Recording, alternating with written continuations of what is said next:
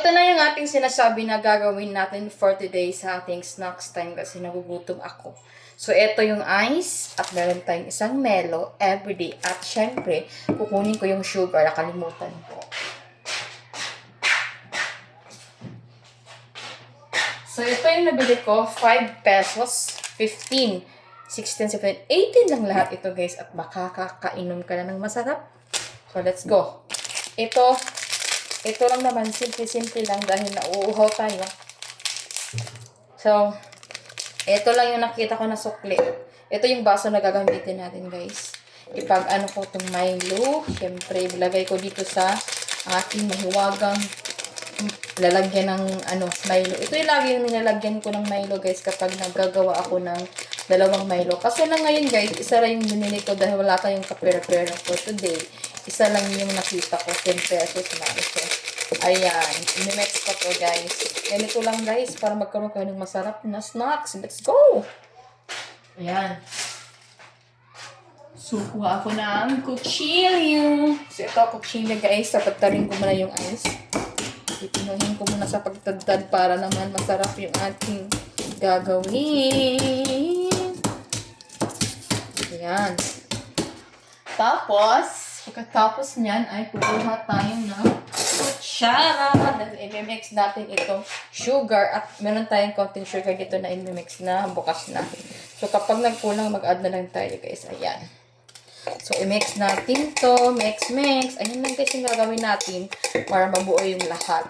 Pero sa akin guys, para ma-mix ko talaga yung lahat ng aking Melo ay gumamit ako ng konting ininit dito sa loob ng ating para ma-okay ko talaga ng maigat. Malagi siyang matunaw yung hindi magbuo-buo.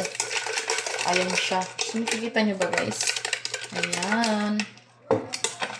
So, grabe talaga yung cravings ko nito guys. Ayan. So, okay lang. So, pagkatapos ay na-okay ko na. Ilagay ko na itong aking mga ice na ginawa na kinagpag ko guys. Ayan. So, yan lang kasimple guys yung gagawin natin.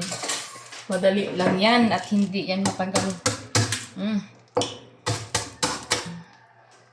So, mag-add ako ng konting ice dito sa aking lalagyan. Ayan, syempre.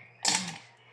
So, pagkatapos ay kukuha ako ng konting tubig guys. Lalagyan ko to. So, mag-add ako ng isang basong water.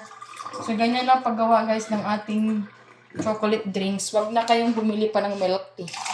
Para makakatipid kayo. Yan lang ang gagawin ko guys. Para mag milk tea yan. Tapos, ayan. Siyempre, ayan. Okay na nga to. Ayan. Wow. Diba?